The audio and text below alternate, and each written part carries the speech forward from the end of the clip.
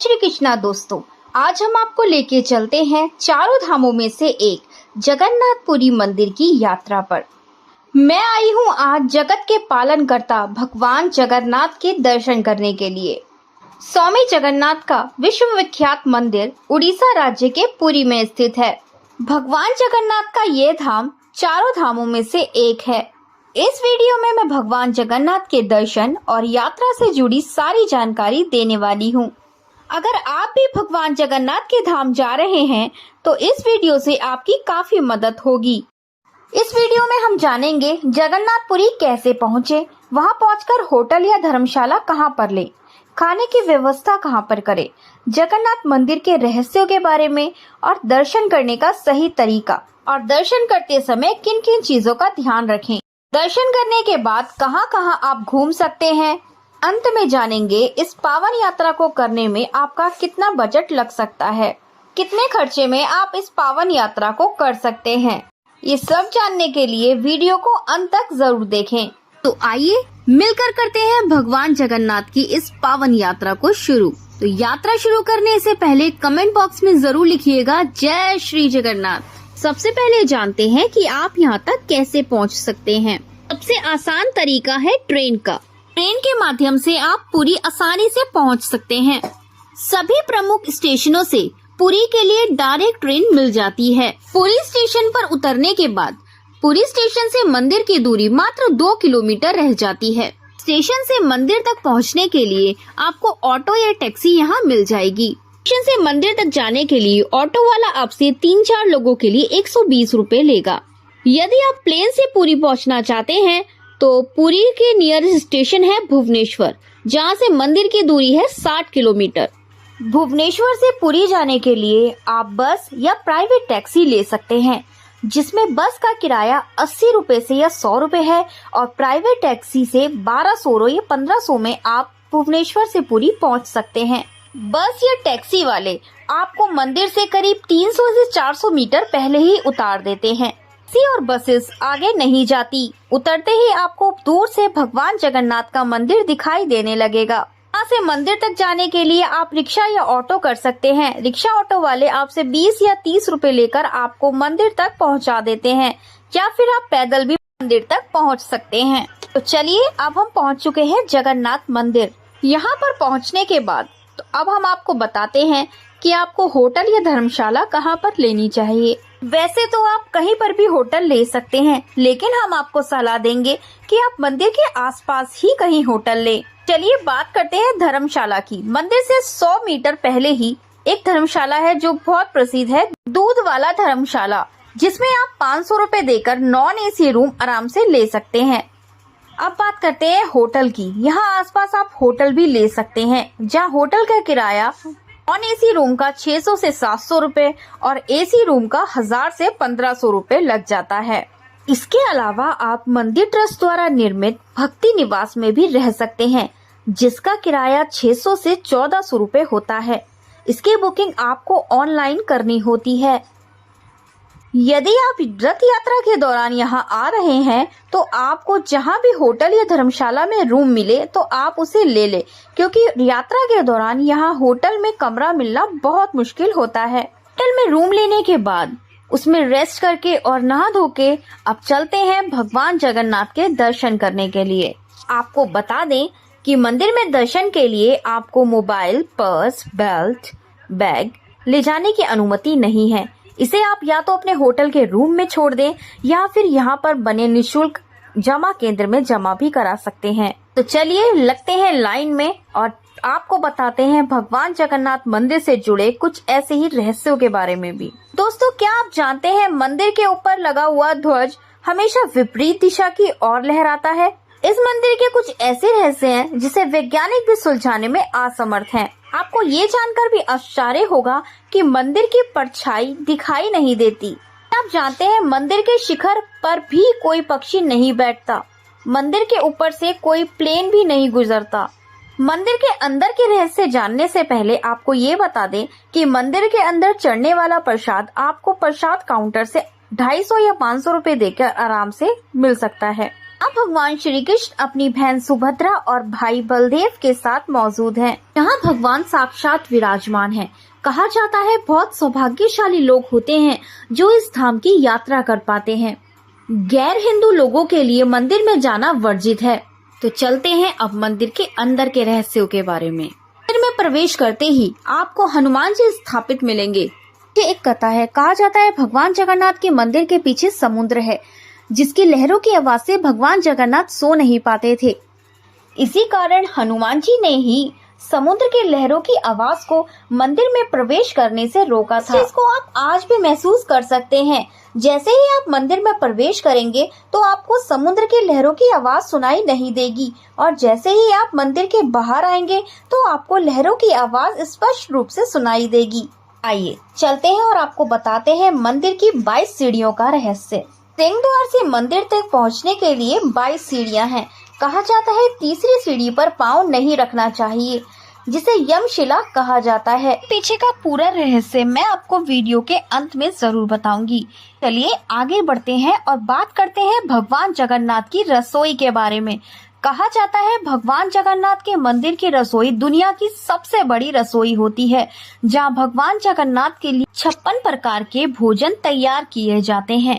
मंदिर के बाईं ओर आपको भगवान जगन्नाथ की रसोई दिख जाएगी, जहां आप जाकर 10 रुपए की टिकट लेकर भगवान जगन्नाथ की रसोई के दर्शन भी कर सकते हैं। भगवान जगन्नाथ का भोग 800 कुक द्वारा तैयार किया जाता है।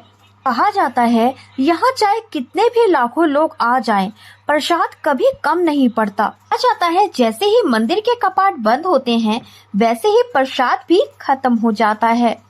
मंदिर में स्थित आनंद बाजार में भगवान जगन्नाथ के महाप्रसाद का आनंद आप ले सकते हैं। काफी कम दाम में आप भगवान जगन्नाथ के महाप्रसाद को ग्रहण कर सकते हैं। जब भी भगवान जगन्नाथ के दर्शन करने आए तो इस महाप्रसाद को खाना ना भूलें। यकीन मानिए आप इस स्वाद को कभी भूल नहीं पाएंगे। मंदिर में कई देवी देवताओं के मंदिर बने हैं। दर्शन करने के बाद चलिए अब आपको बताते हैं कि आप आगे कहां घूम सकते हैं। शाम के समय आप मंदिर से कुछ ही दूरी पर स्थित गोल्डन बीच जा सकते हैं, जिसमें आप रिक्शे से पहुंच सकते हैं। रिक्शा वाला आपसे 30 या 40 रुपए लेगा और जो सीधा ही आपको गोल्डन बीच पर उतार देगा। शाम को यहाँ सनसेट का व्यू देखने के लिए काफी लोगों की भीड़ जमा होती है। खाने पीने के भी काफी स्टॉल हैं, जहाँ आप खाने पीने का मजा भी ले सकते हैं और साथ साथ अपनी वीडियो फोटोज भी खिंचवा सकते हैं। बच्चे यहाँ पर कैमल राइडिंग का भी आनंद ले सकते हैं। 3-4 घंटे आप समुद्र के पास आनंद ले सकते हैं और इसके बाद हम पहुंचे अपने होटल में और किया कुछ रेस्ट, और इसके बाद हम आपको बताएंगे कि आप उड़ीसा में कहां कहां घूम सकते हैं। आप यहाँ साक्षी गोपाल मंदिर, धौलगिरी मंदिर, लिंगराज मंदिर, नंदनकानन जू, गिरी खंडरगिरी की गुफाओं में घूम सकते हैं और सुप्रसिद्ध कोणार्क टेम्पल में भी जा सकते हैं। यह यहाँ की सबसे फेमस घूमने की जगहें हैं। यहाँ आप टैक्सी या बस के द्वारा जा सकते हैं। आपको काफी टूर एंड ट्रेवल्स वाले मिल जाएंगे, जहाँ से आप बस की बुकिंग एक दिन पहले कर सकते हैं। यहाँ पर बस का किराया 250 से 400 रुपए लगेगा, जो बस सुबह 6 बजे चलेगी और पूरा दिन आपको सारे टूरिस्ट प्लेस घुमाकर शाम को यही वापस उतार देगी। यदि आप बस से सफर नहीं करना चाहते, अपनी प्राइवेट टैक्सी करना चाहते हैं, इसके लिए आपको नॉन एसी कार की कीमत लगेगी 2600 रुपए और एसी वाली टैक्सी लगेगी 3000 रुपए।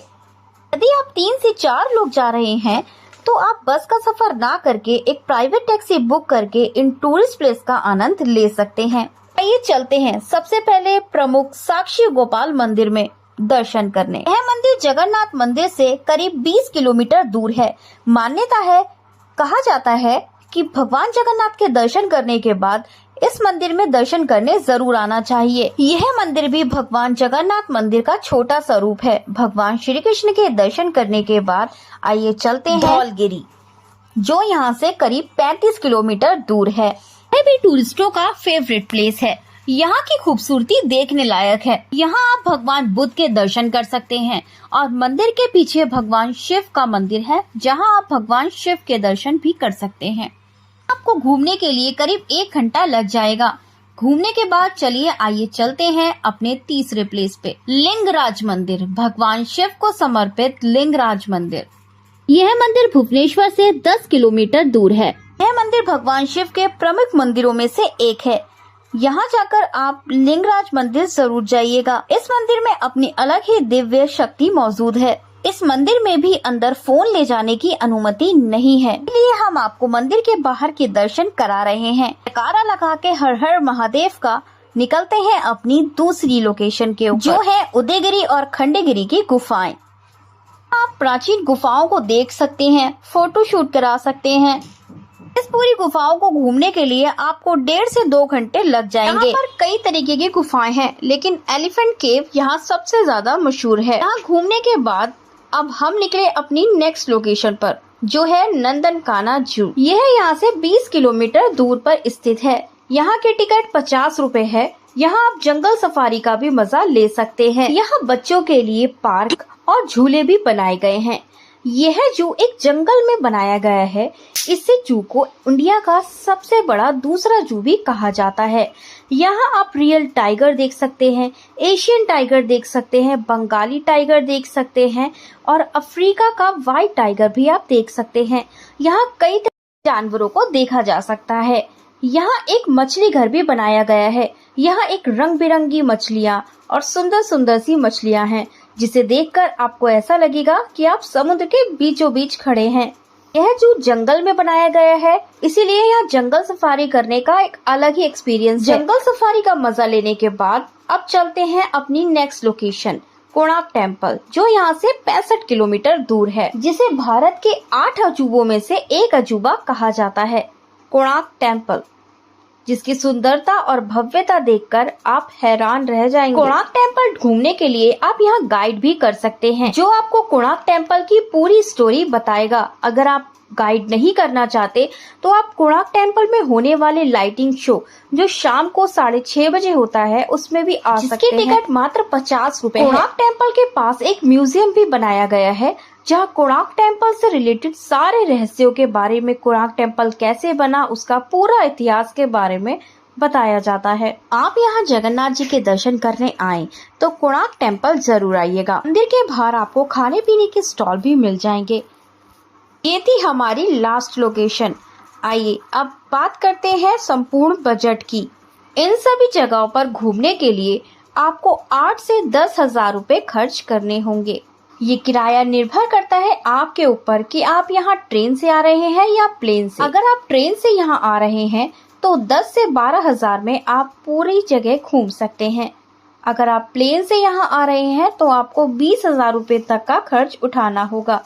ये आप नंदनकाना जू की पूरी जंगल सफारी की वीडियो और कोणार्क टेम्पल के म्यूजियम की पूरी वीडियो देखना चाहते हैं तो मेरे चैनल को सब्सक्राइब, लाइक, शेयर करना मत भूलिएगा।